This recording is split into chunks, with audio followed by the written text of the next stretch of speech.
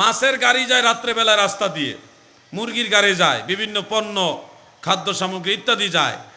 এই গাড়িতে যাওয়ার সময় ধরেন একটা মাছের গাড়ি থেকে অথবা একটা মুরগির গাড়ি থেকে একটা মুরগ রাস্তায় পড়ে গেছে, একটা মাছ পড়ে গেছে। আপনি ফজরের নামাজ পড়তে মসজিদে যাওয়ার সময় দেখেন এই বড় একটা ফাঙ্গাস মাছ, বড় একটা রুই মাছ পড়ে রয়েছে।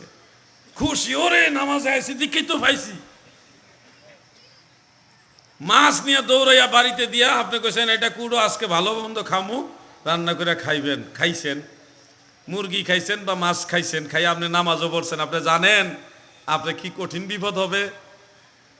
এই মাছ যে আরেক বেটার হক, এটা মালিক তো আপনি না। এক্ষেত্রে আপনার করণীয় কি শুনুন, আমি বলে দেই। আপনি যদি একটা মাছ, একটা মুরগি বা একটা কোনো মূল্যবান জিনিস রাস্তায় কুড়িয়ে পান, টাকাও যদি হয় বা কোনো স্বর্ণালঙ্কার হয়, এই জিনিসগুলি কুড়িয়ে পেলে আপনার করণীয় হলো 1 বৎসর পর্যন্ত এই জিনিসের মালিক তালাশ করতে হবে। আপনি কুড়াইছেন, এই কারণে আপনার উপরে দায়িত্ব এসে গেছে এর মালিক খোঁজা। কয় বছর? পুরা 1 বছর ডিউটি আপনার উপরে চলে আসছে অটোমেটিক। যদি কুড়াইতেন না তাইলে আর এই ডিউটি আসতো না। কুড়াইছেন মানে হলো আপনার উপর দায়িত্ব, এখন 1 বছর ডিউটি পালন করতে হবে। টাকা হোক, স্বর্ণালঙ্কার হোক, মূল্যবান যে কোনো জিনিস হোক, মুরগি হোক, মাছ হোক, এটার জন্য মালিক তালাশ করতে হবে। মালিক পাইলে সসম্মানে, একেবারে সম্মানের সাথে ওই মালিকের কাছে জিনিসটা ফেরত দিতে হবে, কোনো বিনিময় চাওয়া যাবে না। এখন যদি মালিক 1 বছর তালাশ করার পরেও খুঁজে না পান, যে আমি বেশ অনেক তালাশ করছি, 1 বছর ওইটা রাখছি, টাকাটা রাখছি, এই সম্পদটা রাখছি, 1 বছরের মধ্যে মালিক খুঁজে পাইনি, কি করব?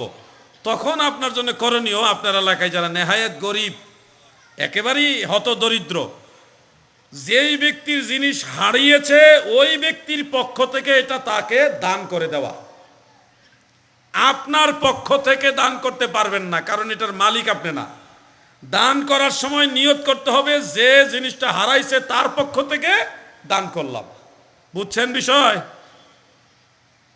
এখন ধরেন হুজুর আমি তো মাছ পাইছি, মাছ তো 1 বছর রাখা সম্ভব না, এটা কি করো?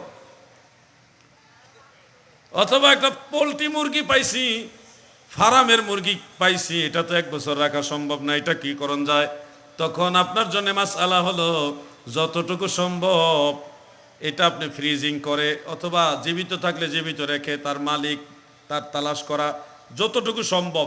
এর মধ্যে সম্ভবের সময়টা যদি আপনার পার হয়ে যায় তখন এটা বিক্রি করে অথবা এই জিনিসটা ওই ব্যক্তির, যিনি এটার মালিক, যিনি হারিয়েছেন, তার পক্ষ থেকে গরিব মিসকিনকে সদকা করে দিতে হবে, দান করে দিতে হবে। কথা বুঝছেন আপনারা? খাইতে পারবেন না, খাওয়ার কোনো অপশন নাই। কিন্তু আমরা তো হিসাব করি না, ফাইলি খাই, আবার কই নামাজে আইসি দেখি তো পাইছি, নামাজে গেছে দেখে উনি পায়। এই জন্য আল্লাহর ওয়াস্তে বলছি, পরের হক নিয়ে মরা যাবে না, কারো জিনিস লুট করে নেওয়া যাবে না। যদি আপনি নেন সামান্য জিনিস, আপনি হয়তো সাময়িকভাবে পেয়ে উপকৃত হলেন, কিন্তু এই সামান্য জিনিস হাসরের ময়দানে আপনার জন্য অনেক বড় বিপদের কারণ হয়ে যাবে।